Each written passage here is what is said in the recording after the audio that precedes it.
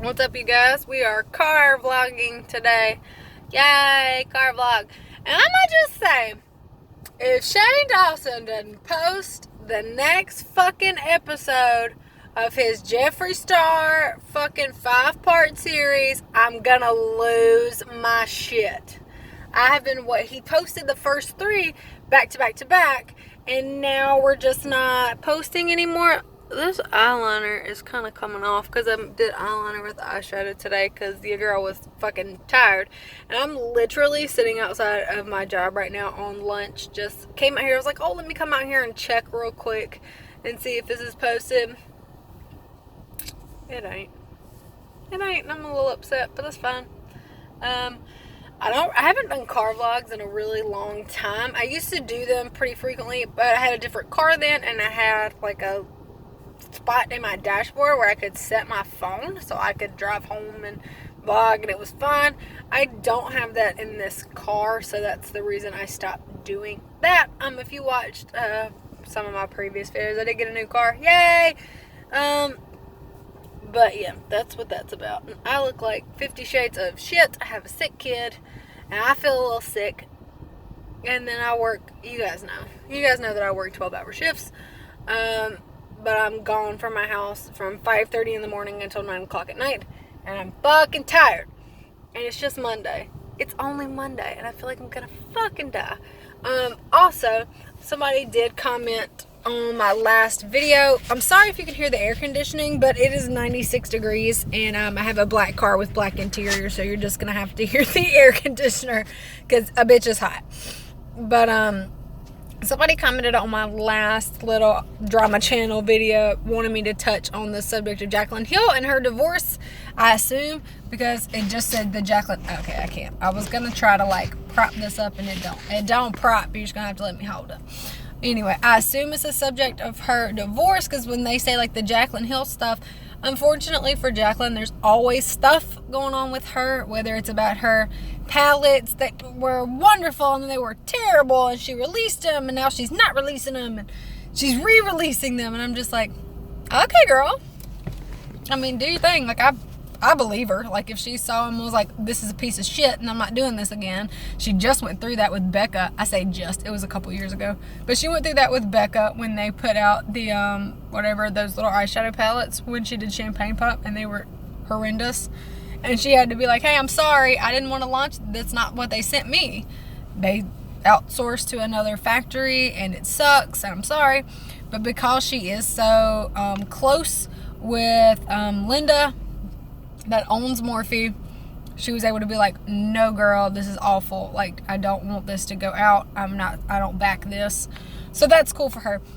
So I don't really feel like that's like drama to touch on. The only thing is like her divorce, and then everybody's like, oh, well, they're both moving on really quickly, and she's talking about having a new man, and he was posting Snapchats with another girl, and I'm just like, none of you have any idea how long that they have been actually split up. You just know when she said that they were getting divorced, they were like already like in the process, like papers had been filed, because they were officially divorced like 2 weeks later, and actual divorce proceedings just take a long time, especially somebody like that where they're having to split so many assets because they had been together for so long.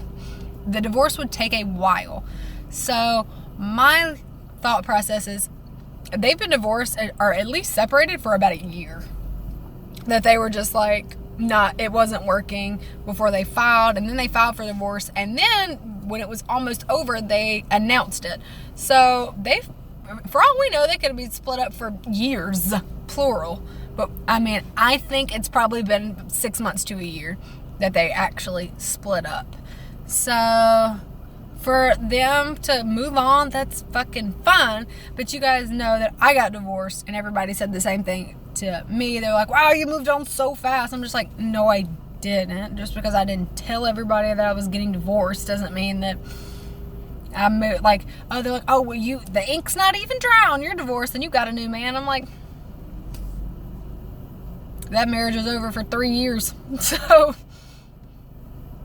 I'm just saying, just because you don't know the whole story. None of us do. The only people that know the whole story is Jacqueline and John, and I just feel like people should leave them alone.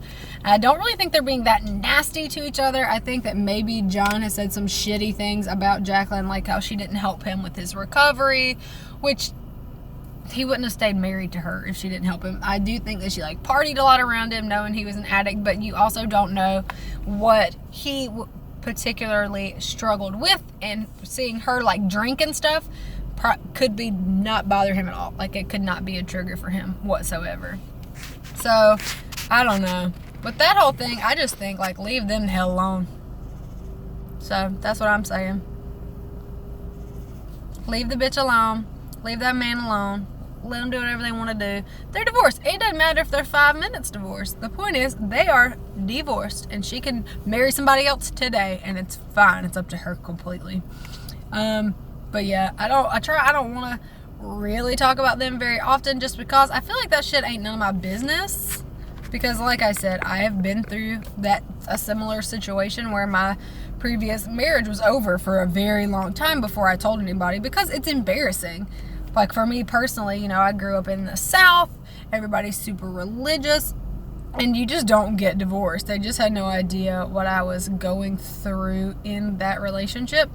So, and because I didn't tell anybody, because it's not their business, it's my business. And what happened between me and my ex-husband is not anybody else's business, you know?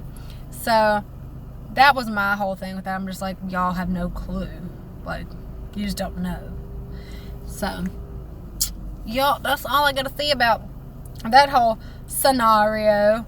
Another thing with the Shane and Jeffree Star thing that has brought up to my attention is how many people still think that him and Nate have like a fake relationship, and that Nate is still just using him for money, and that's something they've talked about a lot. I get it, because when they talk about like Nate before Jeffree, he was like living in Michigan, worked at a pet store, drove like a Jetta, like wasn't bougie as fuck, and now all he wears is Gucci and he drives a Lamborghini. But they don't remember, I don't guess, that Jeffree didn't have all that stuff when him and Nathan first got together. I think they even got together before he even released one eyeshadow palette. So at the time, he was just liquid lipsticks. And I'm not saying he didn't make any money, but he was not a multi-millionaire at the time. And he also didn't have all those business ventures that he has now. So he had money.